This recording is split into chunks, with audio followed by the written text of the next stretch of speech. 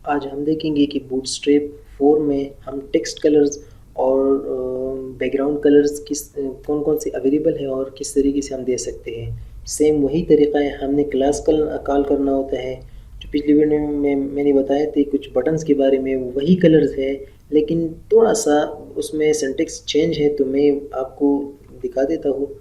अगर मैं आपको ये ब्राउज़र में दिखाऊँ, ये जो है ये सारा मैंने लिखा है टेक्स्ट के लिए, ये सारा, और नीचे जो सारा लिखा है वो मैंने बैकग्राउंड कलर के लिए। तो मैं एक एक करके इस पर अप्लाई करूँगा ताकि आपको पता चले ये किस तरह से। मैं आपको रिफ़्रेश करके दिखाता हूँ, ये बिल्कुल सादा सा है। जैसे ही मैं इस पर कलर अप्लाई करूँगा तो आप देख सकते हैं कि किस तरह से बनता है। जो पहला पैराग्राफ है उसमें मैं अप्लाई करूँगा जो टेक्स्ट के लिए हम यूज़ करते हैं।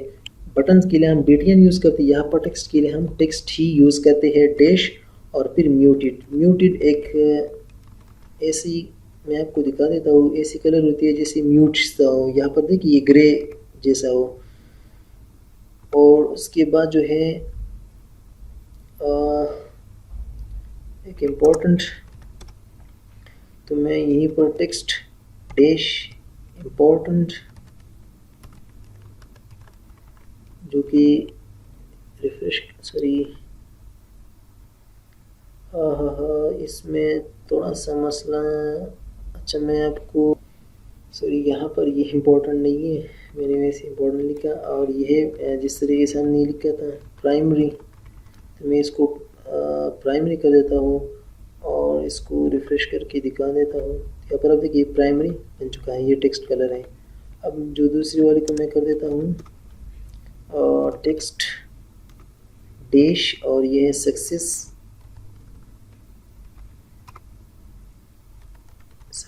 है, और रिफ़्रेश करके दिखा देता हूँ तो पर आप देख सकते ग्रीन हो चुका है।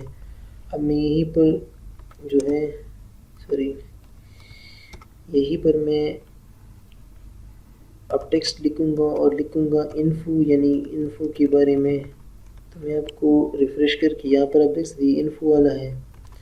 अब यहीं पर जो मैं टेक्स्ट दिखाऊँगा, पहले क्लास बनाता हूँ टेक्स्ट डैश, और ये जो हम बनाएंगे वे वार्निंग। रिफ़्रेश करके देखते हैं तो यहाँ पर देखिए वार्निंग वाली टेक्स्ट है। ये जस्ट उन्होंने नाम दी है, इसलिए हमने इसको कॉल करना होता है जब हमें ज़रूरत होती है। और ये है डेंजर, जिस तरीके से बटन वाला डेंजर था इस तरीके से ये भी डेंजर है, यानी रेड वाला ही आएगा। यहाँ पर आप देख सकते हैं। उसके साथ साथ हम यहीं पर सेकेंडरी भी कर सकते हैं। तो मैं सॉरी टेक्स्ट डैश सेकेंडरी, और ओहो मैं वाई भूल गया, और रिफ़्रेश करके देखते हैं। मैंने रिफ़्रेश किया तो यहाँ पर आप देख सकते हैं सेकेंडरी वाली भी आ चुकी है। अब आते हैं यहीं पर जो कि डार्क ग्रे है, यानी हम इसको कह सकते हैं कि ये डार्क हम इसको देंगे। तो मैं क्लास दे देता हूँ और टेक्स्ट डैश डार्क, ओके, और रिफ़्रेश कर लेते हैं तो जैसे आप देखिए ये वाली, ये इसको हम कहते हैं डार्क ग्रे, तो ये बन गए हैं। अब हम यहीं पर जो है जो बेसिक कलर होता है जिसको हम डिफ़ॉल्ट भी कहते हैं, तो बेसिक तो वैसे भी ये ब्लैक है लेकिन हम दे देते हैं, कोई बात नहीं। और इसको हम देंगे टेक्स्ट डैश बेसिक और रिफ़्रेश कर लेते हैं तो ये जो है ये वाला, ये बेसिक वाला है, तो वैसे भी सेम टू सेम ही रहेगा। अच्छा उसके साथ हम क्लास, और ये जो है यानी लाइट कलर थोड़ा सा लाइट होगा तो हम टेक्स्ट डैश देंगे लाइट और रिफ़्रेश कर लेते हैं। तो यहाँ पर देखिए ये सही दिखाई भी नहीं है यहाँ पर, तो ये लाइट जो है ये वाइट जैसा है तो इसलिए सही दिखाई नहीं दे रहा। अच्छा इसके लास्ट वाला जो है इसको हम कहते हैं वाइट, तो इसको हम टेक्स्ट देंगे और वाइट। लेकिन यहाँ पर ये मसला है कि इसको हम जो है ये और ये जो लाइट वाला है इन दोनों को हम वाइट सॉरी ब्लैक यानी अपोजिट कलर पे इस्तेमाल कर देता कि ये सही से दिख जाए। तो मैं वैसे ही रिफ़्रेश करें तो अगर आप देख सकते ये गायब नहीं हो चुका है, लेकिन ये दोनों वाइट है तो इसलिए ये वाइट है। अच्छा, ये तो था कलर के बारे में। अब हम आते हैं बैकग्राउंड के बारे में, तो हम उसके साथ साथ ये भी यूज़ करेंगे, कोशिश करते हैं। अच्छा, जो इसमें हम पहले देखते हैं क्लास, वही सेम टू सेम तरीका है, क्योंकि ये सारा कुछ क्लास पे ही बनता है।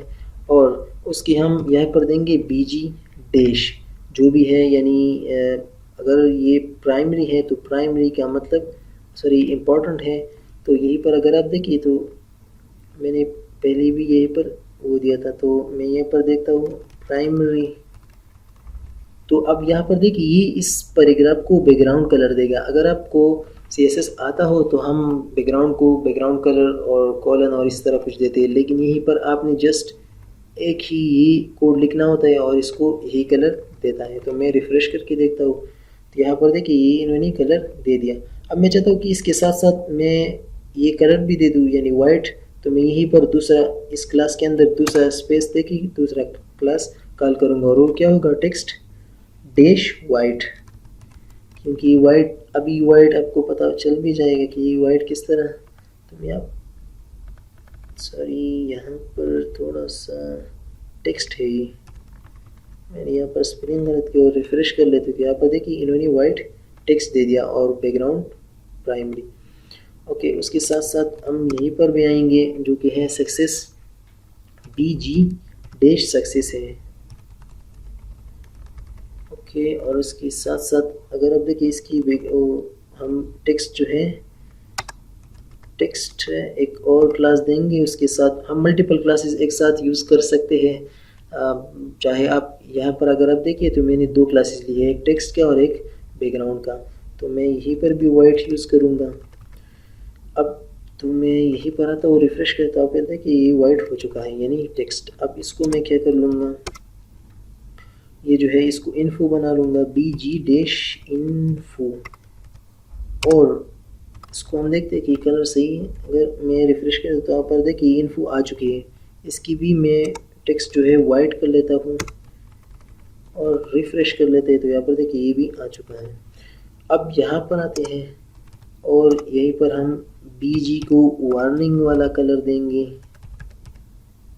और उसके साथ साथ यानी टेक्स्ट को भी वाइट कर देंगे और रिफ़्रेश कर लेते हैं, तो यहाँ पर देखिए ये वाइट हो चुका है। लेकिन मेरे ख्याल में यहीं पर ब्लैक सही होगा, तो इसलिए हम ये इससे हटा देते हैं।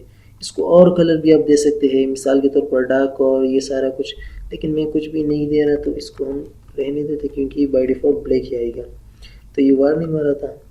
और उसके साथ साथ अब मैं आता हूँ यहीं पर एक डेंजर कलर यानी रेड सा कलर, तो मैं BG डैश डेंजर और उसके साथ यानी टेक्स्ट को वाइट कर दूंगा और रिफ़्रेश कर लेते। तो यहाँ पर देखिए कि ये डेंजर कलर और उसके साथ साथ वाइट कलर आ चुका है यानी टेक्स्ट की कलर। यहीं पर आऊँगा और यहीं पर हम सेकेंडरी कलर देंगे, यानी जो प्राइमरी से थोड़ा सा वो हो, तो हम सॉरी यहीं पर BG कलर डैश सेकेंडरी और उसके साथ साथ टेक्स्ट जो है वाइट होगा सॉरी। और यहीं पर रिफ़्रेश कर लेते हैं, तो यहाँ पर देखिए आ चुका है। मैं थोड़ा सा नीचे कर लेता हूँ इसको।